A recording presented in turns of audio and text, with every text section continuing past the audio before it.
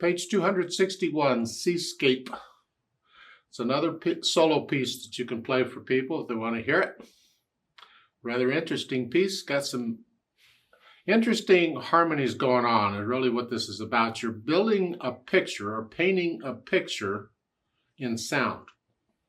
I mean, the speed gives you an idea in a stormy mood. Okay, this is not exactly something you go to sleep with unless you like to go to sleep in a storm. Okay, I guess.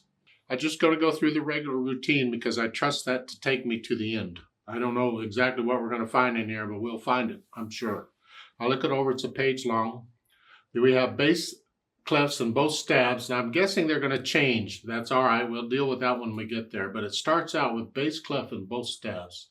3 flats in the key signature, so it's either in E flat major or C minor. If you look at the end, it's C's. We got C's at the end. I'm guessing we're in C minor. Do the scales and arpeggios for both, though. E major and C minor. And 4/4 time signature. This is kind of strange. I can take it both hands together because it's really just one hand playing at a time. But because we're moving around and we've got so much going on, I'm still going to take it one hand at a time first. The right hand, starting out in bass clef, is just a C minor chord. How you finger it, here or here, I'll leave that up to you. Sometimes when I'm reaching down, I don't use the little finger because it forces me to go farther down, so I use that. But you can use whatever you want. Don't lean. When you do this, because they're both down here, don't lean to reach them. You twist,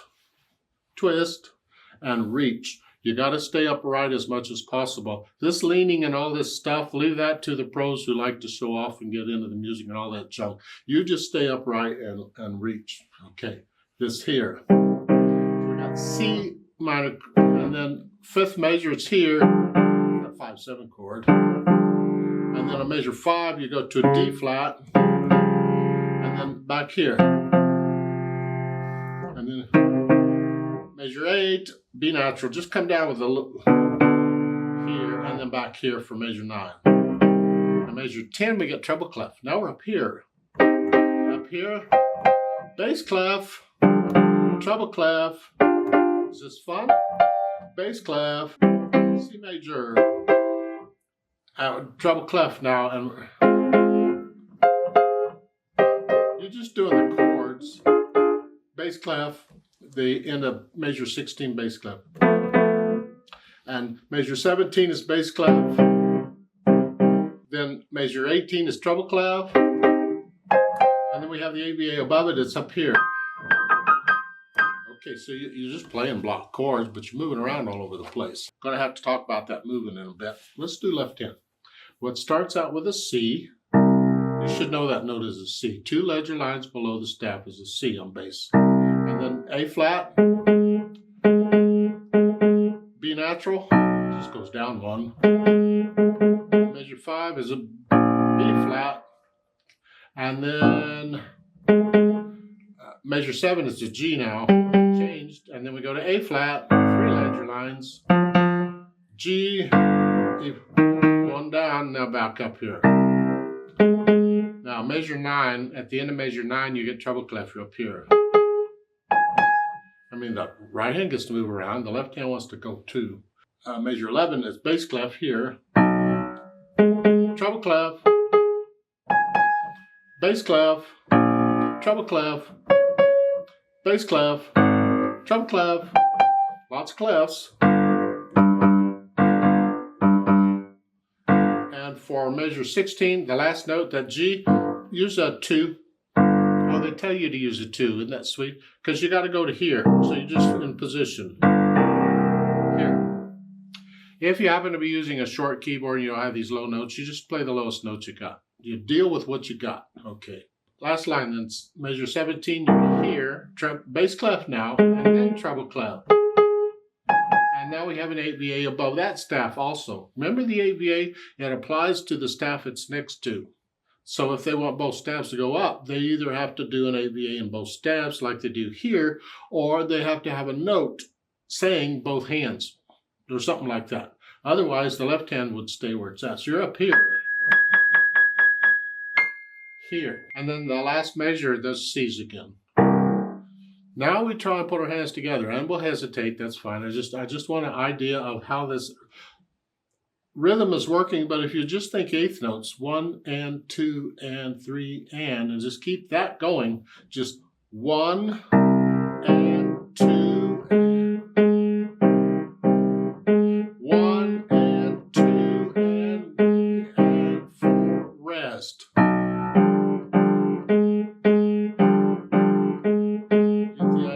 Let's go down to measure 9. This is where the fun starts.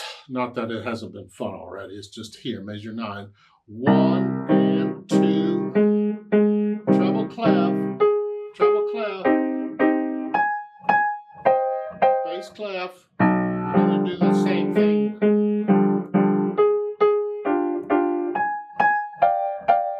Measure 13. Look out. We're here, and it's a C chord. I wouldn't expect a C chord with that, but I guess it's that. Here, then a treble clef, then here. The top staff is still a treble clef. It didn't change. Only the bass clef did. The bottom staff did.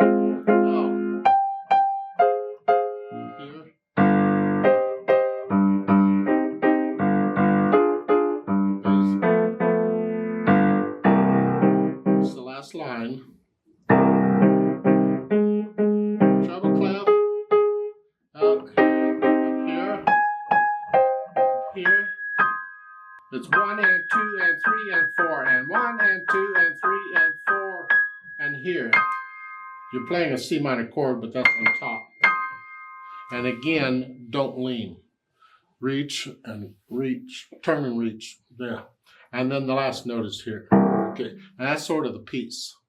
Doesn't have much of a melody to it, but again, I think what we're interested in is really the colors of the harmonies, the colors of the chords. Now, once I have the notes figured out and the rhythms is 1 and 2 and 3 and I would recommend you keep the natural accents in mind. It'll help you. 1 and 2 and 3 and 4 and. If you have to at first, accent every beat. Here.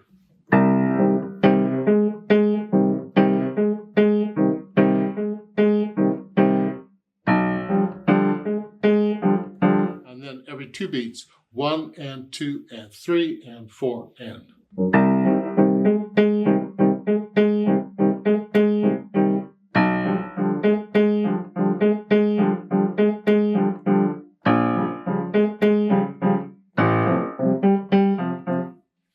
I'm exaggerating so you can hear them, but you want to feel these all the way through this. Otherwise, you lose track of where am I now? Oh.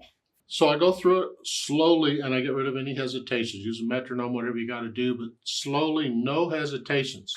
Now we have to deal with all these hand movements. What are we doing here? Because you're here to start, and as I'm playing this, I get the left hand up where it goes. Because you're always looking ahead. You'll get in the habit of always looking ahead to see what's coming. Where do I got to go? And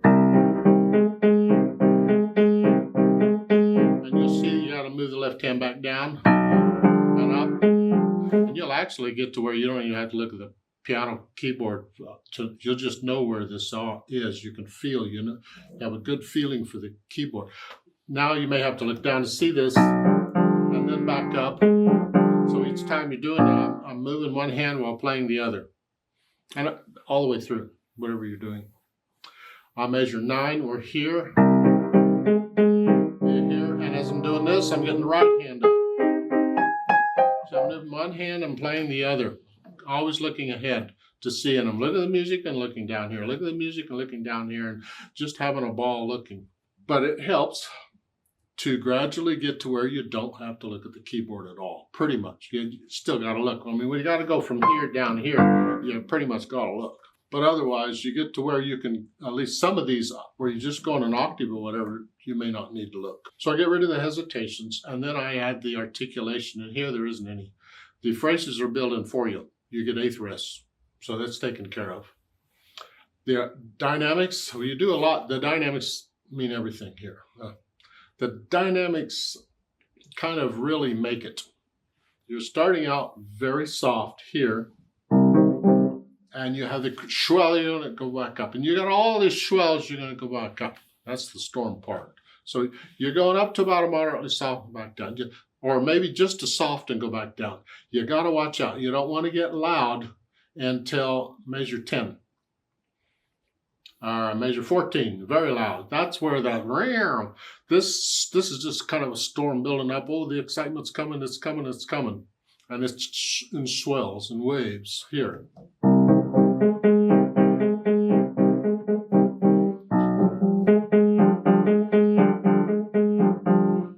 See, each one of these is a little louder.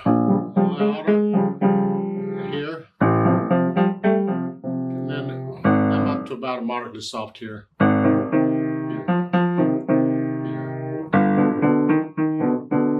Down to soft. Not quite as soft you were at the beginning, but soft. There you go. And now we're going to go up to loud. Soft. Do it again. And now on measure 13, they don't tell you to go soft. You're staying loud here. We're getting up to the real climax of the storm. So measure 13 is loud still. Not very loud, just loud. Now you're very loud here. And measure 15, you're very loud to start that. And then you start coming down to soft to measure 17. So very loud. And now soft. Build up. Build up.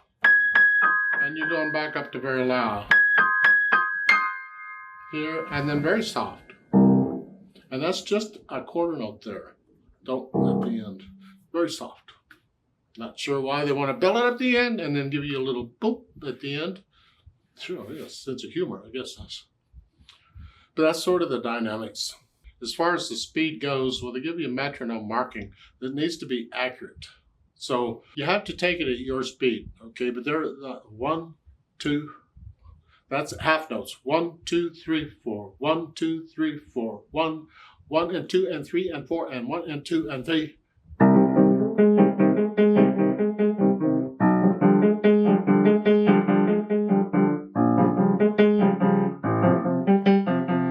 All the way through. You almost have to memorize this piece to really get it to go that, get it to flow with no hesitations or nothing. You almost have to memorize the piece. Now they've added pedal, and we certainly need pedal. It's used as an effect. A storm is going to blur things together, and it's also going to connect these repeated notes and chords and things. At the beginning, go ahead. You can put the pedal down with it or right after the note at the beginning. Here at the beginning, and hold it down until the end, toward the end of second measure. And coming down, because you got that decrescendo, most of that will happen when you release the pedal. So here.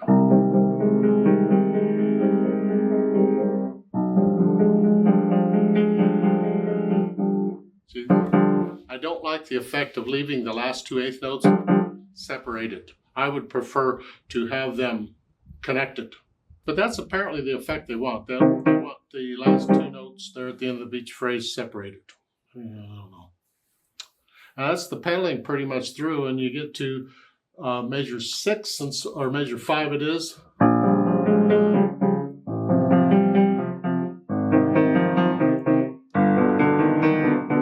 You're doing. Now you'll also notice there's a note there underneath the staff at the beginning, soft pedal. That's the left pedal. They're telling us that, and that's to change the tone, because we can do very soft without it. But we're going to use the soft pedal and for the whole first line, and then in the second line they say release it. That's because they want a different tone. Not because it's louder, they want a different tone. So at the beginning it's soft here.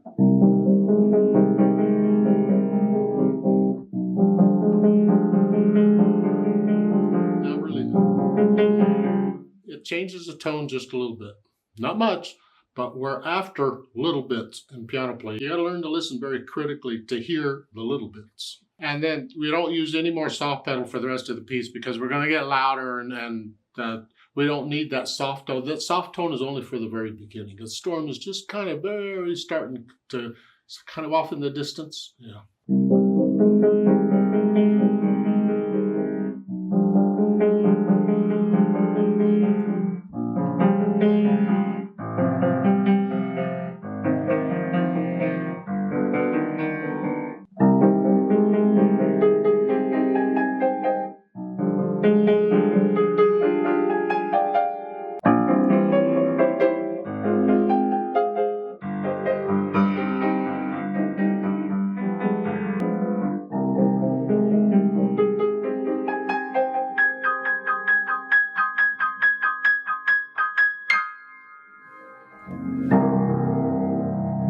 I question the pedaling at the end. I don't see the point in holding the pedal down to the end of the measure.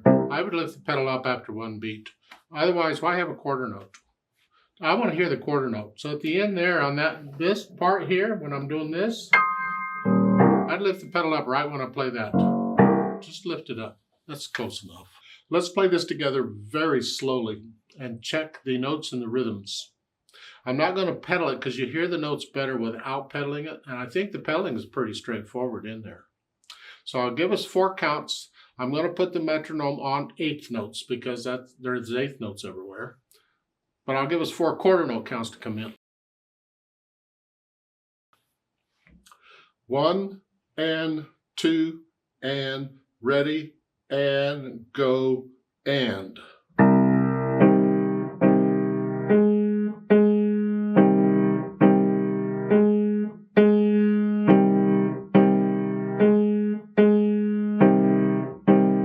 Rest.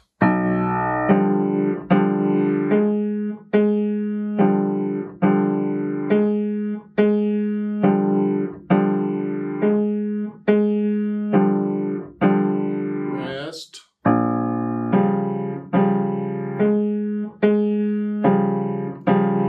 Rest.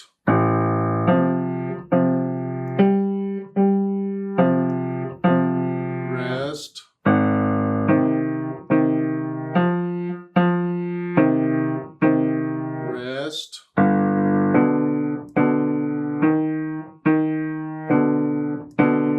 Rest.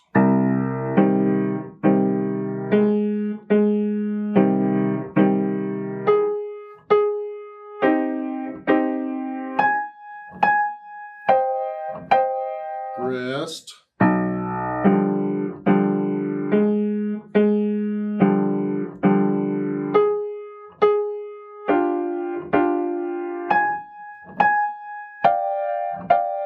Rest.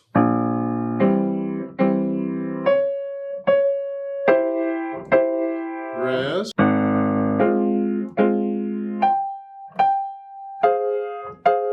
Rest.